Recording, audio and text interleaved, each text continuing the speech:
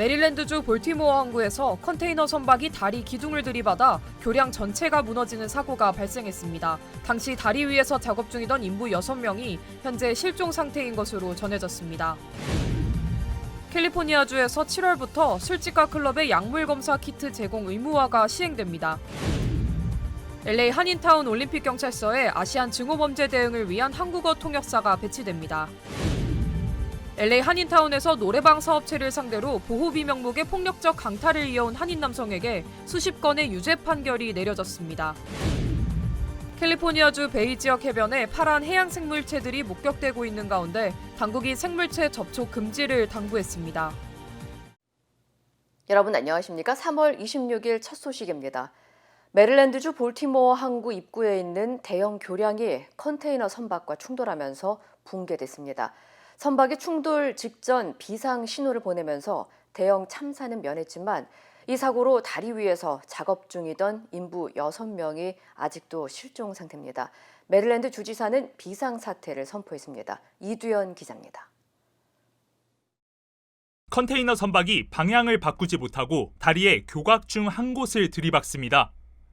충돌한 교각에 화재가 발생하고 연이어 다리가 무너져 내립니다. 오늘 새벽 1시 30분쯤 싱가포르 국적의 선박이 볼티모어 항만에 빠져나가던 중 프랜시스 스콧 키 브릿지와 충돌했습니다.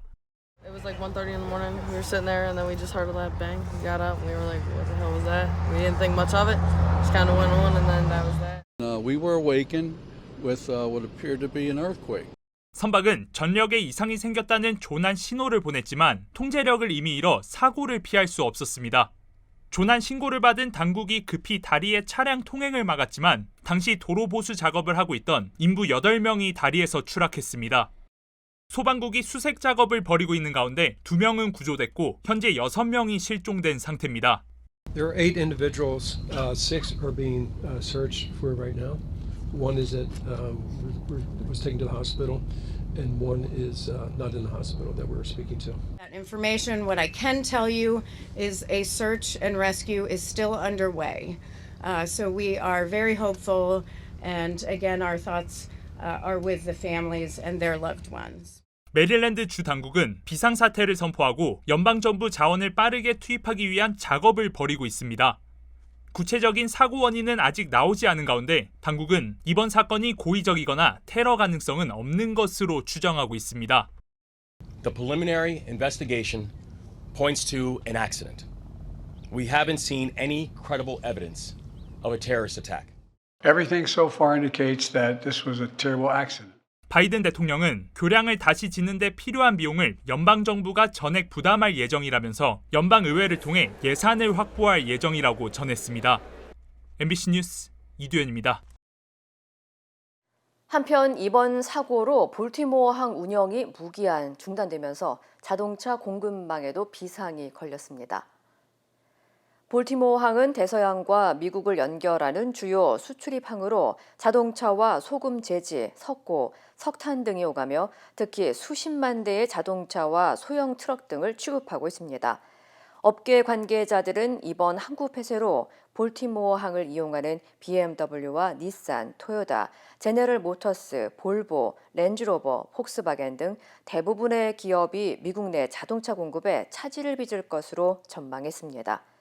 이와 관련해 존 로러 포드 CFO는 볼티모어항 폐쇄로 자동차뿐만 아니라 자동차 부품 수급 기한도 늦춰질 수 있다면서 현재 모든 차량 선적을 다른 항구로 변경하기 위해 노력하고 있다고 전했습니다.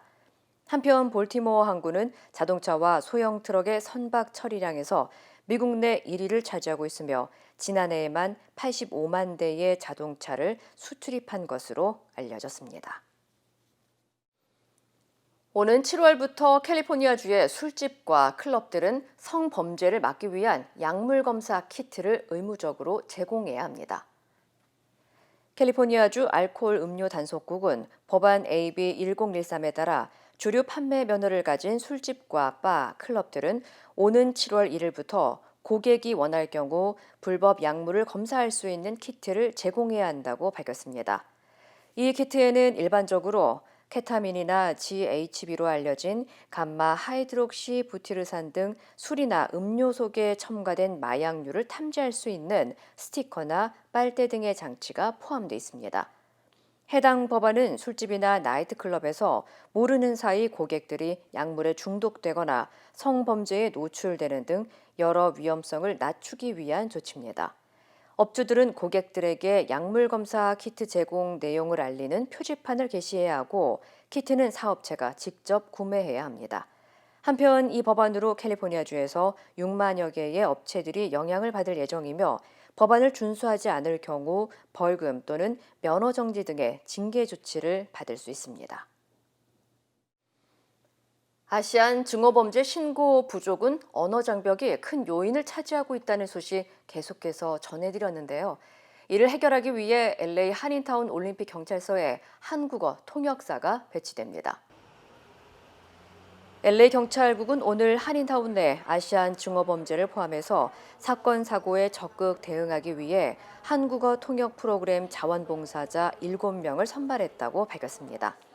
On the crime side is where we have the translation services to better understand quicker when somebody calls into the front desk or walks into the front desk, that we don't have that frustration between our community and that language barrier to our police officers, so we have that understanding. 아시안들에 대한 증오범죄가 특히 LA시의 전체적인 문제이기도 하지만 한인타운에서도 저희가 자주 보고 있고, 그다음에 치안, 그냥 제너럴 치안이 한인타운에서 계속 급증하고 있습니다.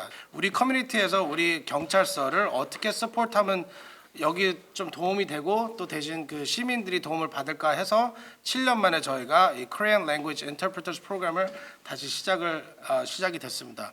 통역 자원봉사자들은 다음 달 1일부터 올림픽 경찰서 내부에서 한인 민원인들의 통역을 도우며 경찰관들의 일부 업무를 지원하는 역할을 맡게 될 예정입니다. 부모님 그리고 친구 부모님들도 영어를 잘 못하신 분들이 많아서 항상 그쪽으로 약간 관심이 많았고, 그래서 어떻게 하면 그걸 직접적으로 도움을 줄 수 있는지 연구하다 보니까 이런 기회가 나타나서. 요즘에는 라버리 맵 같은 게 그런 게 전에는 얘기를 못 들어봤잖아요. 근데 그런 게 있고 그러기 때문에 옛날하고는 너무 상황이 틀려진 것 같아서 한 사람한테 적은 시간이라도 도와준다고 그러면 서로 이런 일들을 줄일 수 있을 것 같아서. 한편 LAPD 한국어 통역사 상주 프로그램은 지난 2012년부터 4년 동안만 진행되고 경찰서장 교체와 코로나19 팬데믹 등이 이어지면서 자연스럽게 중단된 바 있습니다.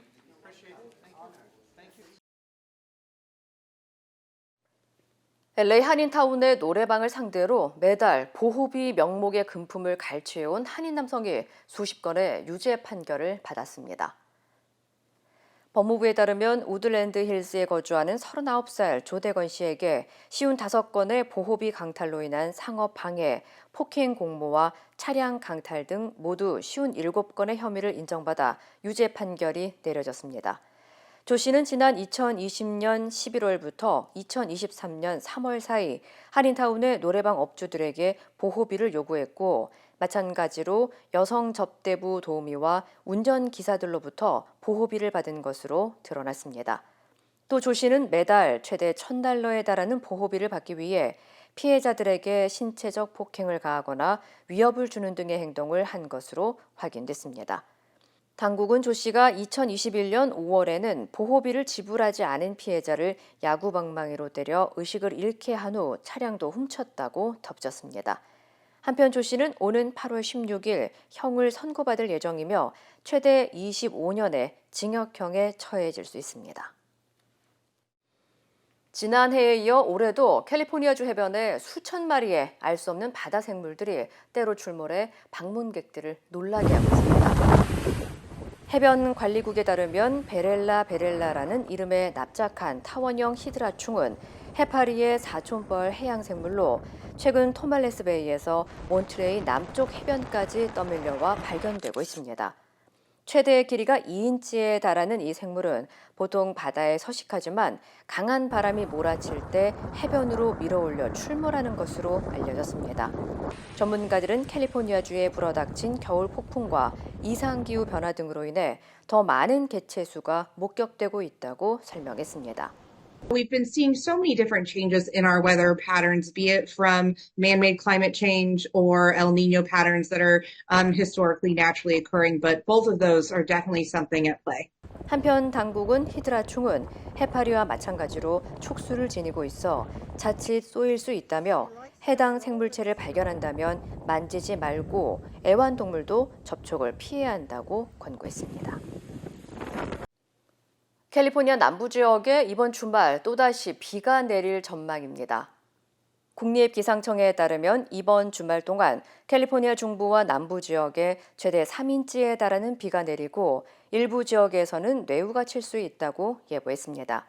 특히 토요일 LA와 샌디에고를 포함한 대부분의 지역에 돌발 홍수 위험 2단계가 발효됐습니다. 한편 당국은 주중 낮 기온이 평균 68도까지 오르다가 저녁에는 48도까지 떨어져 20도 안팎의 일교차가 발생할 수 있다며 건강관리에도 유의할 것을 당부했습니다. 자택에서 총격 살해된 여성의 사건을 조사하던 경찰이 여성이 청부 살해됐을 가능성을 제기하고 이를 지시한 인물로 남편을 지목해 관심이 쏠리고 있습니다. 워싱턴주 클락 카운티 경찰은 지난 23일 자택에서 총을 맞고 숨진 60세 여성 린다 러멜을 살해한 용의자로 데럴 라이리를 체포하고 용의자가 숨진 여성의 남편인 제임스 러멜과 서로 아는 사이였다는 사실이 확인돼 추가 조사를 진행 중이라고 밝혔습니다. 앞서 제임스 러멜은 자신의 아내가 누군가의 총을 맞고 쓰러져 있다면서 경찰에 최초 신고한 인물로 이 때문에 경찰은 이번 사건을 강도 사건으로 보고 수사를 진행해 왔습니다. 경찰은 현장 조사 결과 데럴 라일리를 살인 용의자로 지목하고 추적하던 중 제보를 통해 사건 전날 남편 제임스 러멜이 용의자 라일리를 차에 태워 피해 여성이 있는 지역까지 데려온 사실과 과거 두 남성이 교도소에서 함께 복역했던 사실을 확인했다고 설명했습니다. 경찰은 현재 남편 제임스 러멜은 허위 진술과 공무집행 방해 혐의로 구금됐으며 아내에 대한 청부 살해 혐의가 드러날 경우 추가 기소될 예정이라고 전했습니다. 용의자 데럴 라일리는 1급 살인 혐의로 구금된 상태입니다. 맥도날드가 크리스피 크림과 제휴를 맺고 미 전역 매장에 도넛을 판매할 예정입니다. 맥도날드는 오는 2024년 하반기부터 2026년 말까지 미국 매장 전체에 크리스피 크림 도넛을 공급할 계획이라고 밝혔습니다. 판매되는 도넛은 오리지널 글레이즈 등 3가지 종류며 맥도날드의 아침 메뉴에도 포함됩니다. 앞서 두 기업은 지난 2022년 10월부터 이번 제휴의 일환으로 켄터키주 160여 개 맥도날드 매장에서 도넛 판매를 시범적으로 운영해 왔으며 크리스피 크림은 이 같은 소규모 판매 지점을 더욱 확대할 예정으로 알려졌습니다. 한편 오늘 크리스피 크림의 주식은 맥도날드의 제휴 소식이 알려진 후 개장 전 거래에서 최대 23%까지 급등했습니다. 뱅크 오브 호프가 호프 장학금 신청자를 모집합니다. 뱅크 오브 호프는 2024년 대학 입학 예정인 학생들을 대상으로 총 60명의 장학생을 선발해 각각 $2,500의 장학금을 지급할 예정이라고 밝혔습니다. 신청 대상은 올해 2년제 칼리지나 4년제 대학교의 신입생으로 등록 예정인 미 시민권자와 영주권자로 지원자의 거주 지역과 장학금 지급 기준에 따른 소득 증명을 해야 합니다. 한편 뱅크 오브 호프는 지역사회 교육 지원의 취지로 호프 장학재단을 통해 매년 장학생을 선발하고 있습니다. 힘들고 어려울 때 실력 있는 변호사가 필요하십니까? 60년 역사의 대형 로펌 KMFM 로펌의 최미수 변호사와 함께하세요. 교통사고, 민사법, 형사법, 가정법 등 풍부한 경험과 최고의 실력으로 완벽하게 도와드립니다. 최고의 보상을 책임지는 실력 있는 대형 로펌, 도움이 필요할 때 강한 힘이 되는 변호사, KMFM 로펌 최미수 변호사, 213-427-2350 한국 소식입니다. 의대 교수들의 집단 사직이 이어지는 상황에서 한국 정부는 2,000명 증원 확정을 다시 강조했습니다. 어제 선출된 이면택 신임 의사협회장은 강경 대응을 예고했습니다. 박소희 기자입니다.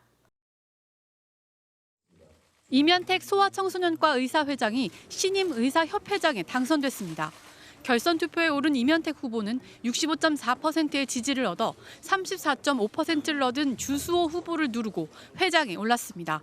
이면택 당선인은 그동안 의대 정원을 늘릴 게 아니라 오히려 최대 1,000명까지 줄여야 한다고 주장해왔습니다. 지난 2월에는 윤 대통령에게 의견을 전달하겠다며 민생 토론회장을 찾았다가 경호원들에게 끌려나가기도 했습니다. 정부가 원점에서 재논의를 할 준비가 되고 전공의와 학생들도 대화의 의지가 생길 때 그때 협의가 시작될 것이라고 생각합니다. 신임 의사협회장의 임기는 5월부터 시작이지만 당장 내부 강경론에 더 힘이 실릴 것이라는 전망이 나오고 있습니다. 유연한 처리를 주문했던 윤석열 대통령은 이틀 만에 의대 정원 배분 완료를 강조했습니다. 의대 증원 규모가 대학별로 확정됨으로써 의료 개혁을 위한 최소한의 필요 조건이 만들어졌습니다. 정부는 5월 안에 의대 증원의 모든 절차를 마무리하겠다고 밝히는 한편 이탈 전공의들에게는 조건 없는 복귀를 촉구했습니다. 한덕수 국무총리는 의대를 둔 서울대와 연세대, 가톨릭대 등 주요 대학 총장들을 만났습니다. 대화 협의체 구성을 논의하는 자리였지만 대학 총장들은 2,000명 증원을 전제 조건으로 걸고 협의체 구성은 어렵다며 2,000명 조건을 깨자는 제안을 내놓은 것으로 전해졌습니다. 다만 이번 대화 자리에 핵심 당사자인 의대 교수나 전공의들이 참석하지 않았다는 점은 한계로 지적됩니다. MBC 뉴스 박소희입니다. 2,000명 증원에 대해 여당 안에서 다른 목소리가 커지고 있습니다. 안철수 공동선대위원장은 2,000명이라는 숫자를 거둬야 한다고 말했고 한동훈 위원장도 대화 의제를 제한하지 말아야 한다고 거듭 밝혔습니다. 손하늘 기자입니다. 교수들의 줄사표가 본격화된 서울대병원. 의사 출신의 안철수 국민의힘 공동선대위원장이 의대 교수단체 대표단과 면담한 뒤 긴급 기자회견을 자청했습니다. 2,000명을 고수하는 정부 방침은 경직된 데다 순서도 잘못됐다고 했습니다. 저는 정부가 풀어야 된다고 봅니다. 지금 제일 큰 걸림돌은 2,000명에서 한 명도 물러서지 않겠다는 정부의 그 입장 때문입니다. 의대 교수들과 만나 중재에 나선 한동훈 총괄선거대책위원장을 비롯한 당 지도부에서도 대화의 주제를 제한하지 말고 확대해야 한다는 목소리가 잇따랐습니다. 정부는 의대 증원 규모 2,000명은 사역 불가능한 지점이라고 계속 말해왔는데 이것도 사역 가능하다고 보시나요? 저는 대화를 해야 한다고 생각하고요. 대화를 하는 데 있어서 의제를 제한할 문제는 아니다라고 생각합니다. 국민의 건강이 가장 중요하기 때문에 의제 제한 없이 건설적인 대화를 해야 되고 당 핵심 관계자는 2,000명은 절대 손을 못 댄다며 제한을 둬서는 안 된다는 입장이라며 그것마저 열어놓고 유연하게 논의할 수 있어야 건설적인 대화라고 지적했습니다. 의료계 집단행동 장기화로 민심이 악화된 수도권을 중심으로는 정부의 양보가 필요하다는 호소가 터져나왔습니다. 그러나 대통령실 관계자는 지금은 이미 돌이킬 수 없는 상황이라며 한 위원장에게 기대한 것은 현장 의료인들을 돌보며 정부 정책에 힘을 실어달라는 거였다고 말해 선거가 임박하면서 당정 간 엇박자 조짐도 감지되고 있습니다. MBC 뉴스 손한입니다. 총선이 2주 앞으로 다가왔습니다. 4년 전 압승했던 민주당은 지역구 110곳에서 우세라고 보고 있고 국민의힘은 숫자보단 흐름이 중요하다며 구체적 언급을 하지 않았습니다. 구승훈 기자입니다. 전체 254개 지역구 가운데 우세 지역이 몇 곳쯤 되는지 국민의힘은 숫자로 답하지 않고 있습니다. 지난 주말 사이에 그리고 어제 시간이 지나면서 많은 변화들이 있었고 이런 노력들을 국민들께서 평가해 주시리라고 생각하고 특히 지역구 82곳에서 국민의힘이 우세하다는 일부 언론 보도에는 지나치게 비관적이라며 그보단 많을 것이라고 반박했습니다. 유승민 전 의원이 선거운동 전면에 나서야 한다는 목소리도 커지고 있습니다. 발걷어붙이고 좀 나서주면은 알겠습니다. 결국은 이런 힘들이 국민들의 마음을, 특히 수도권 유권자들의 마음을, 좀 얼어붙은 마음을 녹이는 데 도움이 되지 않겠나. 민주당은 공천이 마무리되면서 정권 심판론에 불이 붙었다며 상승 추세라는 판단입니다. 정권 심판론이 분명히 작동을 하고 있는 것 같습니다. 오만한 정권, 그다음에 이런 원칙과 상식을 깬 정부에 대해서 심판을 좀 해야겠다. 이게 강력하게 자리 잡고 있고요. 지난 한 달 새 뒤처졌던 지지율 격차를 좁혀가고 있다며 현재 110곳 정도 우세하다고 합니다. 그러나 부산, 경남과 충청권 등 곳곳에서 접전 중이라 섣부른 낙관을 경계하고 있습니다. 한석이라도 절대 승리해야 되는 선거이기 때문에 마지막까지 절대 신중, 절대 겸손의 자세를 잃지 않고 갈 수밖에 없다. 10석 이상 확보하겠다는 조국혁신당은 총선 비용 펀드가 50여 분 만에 목표액의 4배인 200억 원을 달성했습니다. 개혁신당은 지역구 당선자를 여러 곳 내는 게 목표라고 밝혔고 20석 이상과 현재 의석수인 6석 유지를 각각 목표로 내건 새로운 미래와 녹색 정의당도 보름간 총력전을 펼칠 전망입니다. MBC 뉴스 구승입니다. 위키리크스 설립자 줄리언 어산지의 미국 송환에 영국 법원이 제동을 걸었습니다. 관련 소식 전해드립니다. 위키리크스의 설립자 줄리언 어산지의 미국 송환에 영국 법원이 제동을 걸었습니다.